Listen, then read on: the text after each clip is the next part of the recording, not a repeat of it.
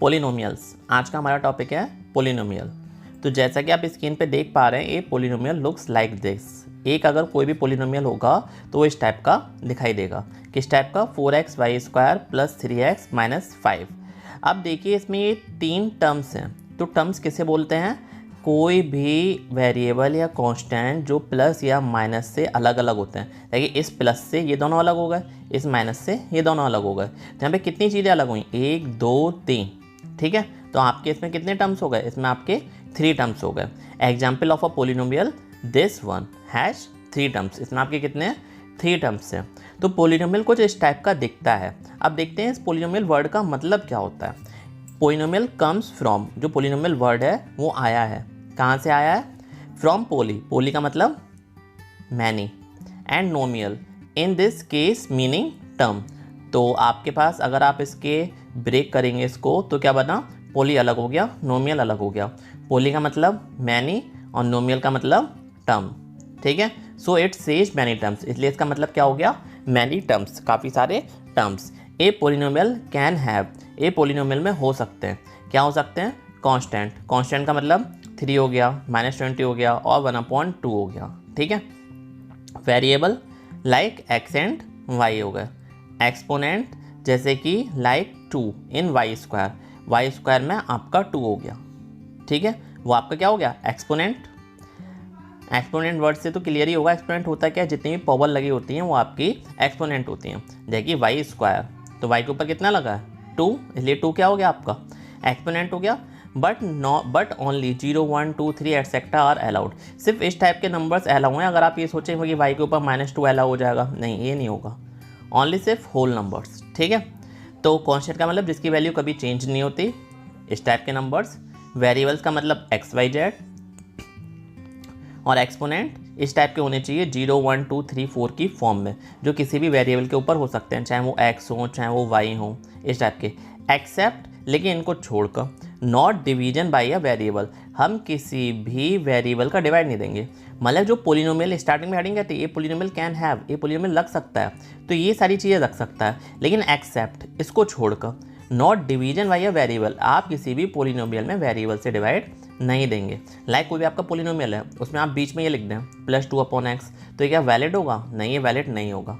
ठीक है, ये इनवैलिड है। तो a polynomial can have, a polynomial के अंदर हो सकते हैं, क्या हो सकते हैं? कांस्टेंट हो सकते हैं, वेरिएबल हो सकते हैं, एक्सपोनेंट हो सकते हैं, but never division bye a variable, लेकिन कभी भी किसी भी वेरिएबल से आपका उसमें डिवाइड नहीं दिया जा सकता। सही है। ऑल्सो दे कैन हैव 1 और मोर टर्म्स, उसमें एक या एक से ज़्यादा टर्म्स हो सकते हैं, but not an infinite number of terms, लेकिन उनमें इनफाइनाइट टर्म्स नहीं हो सकते। 1 2 3 4 5 नॉर्मल टर्म्स हो सकते हैं, लेकिन हम सोचेंगे उसमें इनफाइनाइट टर्म्स हो जाएं, तो ऐसा भी नहीं हो सकता है। अब कंडीशन है पोलिनोमियल और नॉट, मीन्स किन किन केसेस में कोई भी आपका दिया गया एक्सप्रेशन पोलिनोमियल होगा और कौन सा एक्सप्रेशन आपका पोलिनोमियल नहीं होगा। अब हम इसकी बात करने जा रहे हैं। तो देखिए एक्सपोनेंट 0 1 2 3 एंड सो ऑन, इस टाइप के अगर एक्सपोनेंट है वो चल जाएंगे। देखिए इसमें आपके कितने टर्म्स हैं? इसमें आपके 4 टर्म्स हैं। 5xy² - 3x + 5y³ - 3, तो ये क्या हो गया? पोलिनोमियल है। लेकिन ये अब ये पोलिनोमियल नहीं है। क्यों नहीं है? क्योंकि इसमें पावर जो है वो माइनस में आ रही है। वो आपसे पहले मना कर दी, पावर माइनस में नहीं आनी चाहिए। और अगर हम डिवाइड देते हैं तो डिवाइड में भी वेरिएबल नहीं होना चाहिए, लेकिन यहाँ पे डिवाइड में भी वेरिएबल दे रखा है। तो ये 2 केसेस हैं, इन दोनों केसेस को आपको याद कर लेना है कि जो पोलिनोमियल होगा उसमें जो पावर्स होंगी वो इस टाइप के फॉर्म की होंगी, एक्सपोनेंट के फॉर्म में 0 1 2 3 4 एंड सो ऑन, लेकिन इस टाइप के फॉर्म की वो नहीं हो सकती। ठीक है, तो आगे एग्जाम्पल दे रखे हैं, दीज आर पोलिनोमियल्स, ये पोलिनोमियल्स हैं। तो देखिए 3x पोलिनोमियल है, बिल्कुल है।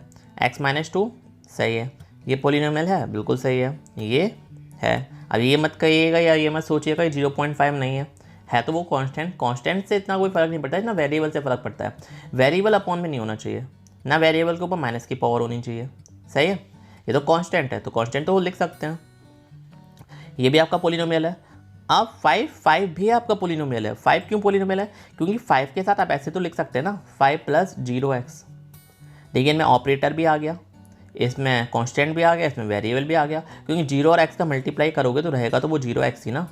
ठीक है। अगर आप 0 और x का मल्टीप्लाई करेंगे तो रहेगा 0x तो है ही, लेकिन वो हो क्या जाएगा 0, और जब 0 का अगर आप 5 में प्लस करेंगे तो आपका कितना हो जाएगा 5 ही आने वाला है। तो इस टाइप से 5 क्या हो गया आपका पोलिनोमियल हो गया।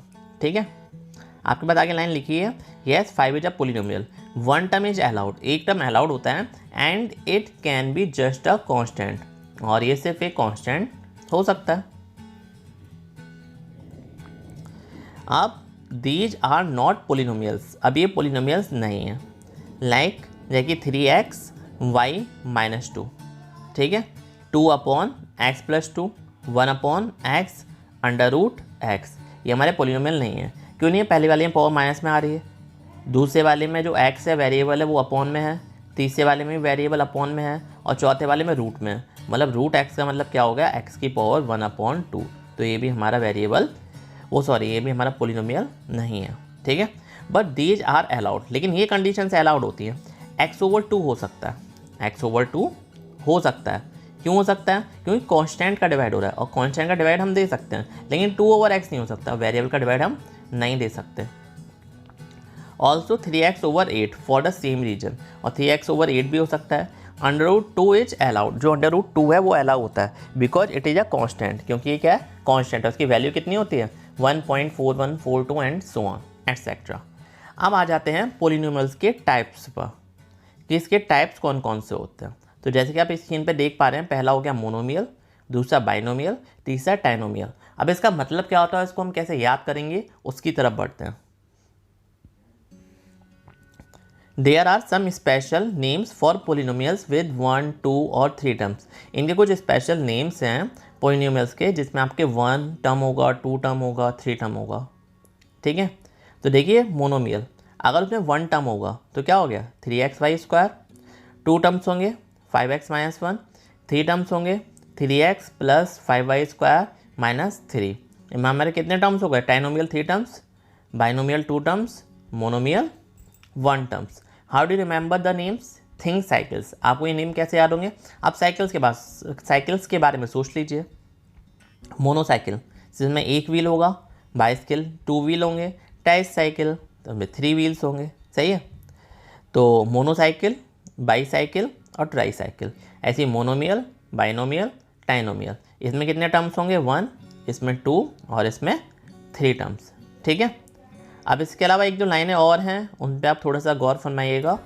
देयर इज ऑल्सो क्वाड्रिनोमियल, एक क्वाड्रिनोमियल भी होता है जिसमें आपके 4 टर्म्स होते हैं, एंड क्वाइंटिनोमियल जिसमें आपके 5 टर्म्स होते हैं। But those often names are not often use, लेकिन ये जो नेम्स हैं अक्सर इतना यूज नहीं करे जाते, सिर्फ 3 तक ही हमारा मोस्टली जो क्वेश्चन होते हैं 3 टर्म्स तक ही होते हैं। Variables, polynomials can have no variable at all.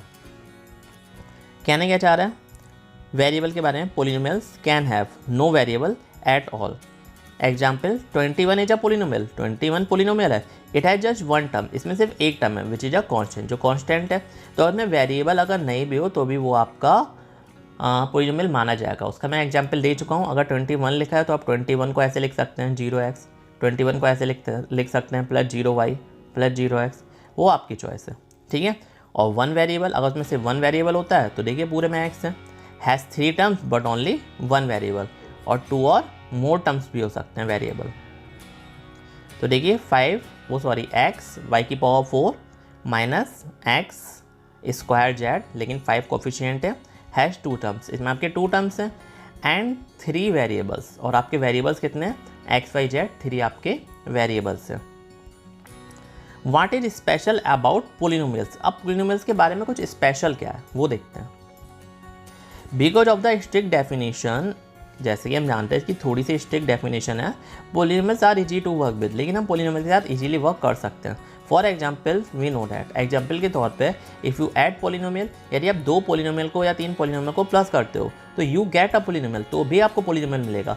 Like जैसे कि 3x + 5 ये पोलिनोमियल है, अब आप इसमें 4x + 5 ये दूसरा पोलिनोमियल है, इसमें अगर आप प्लस करोगे तो आपको कितना मिलेगा 7x + 10, तो ये भी आपका पोलिनोमियल ही है।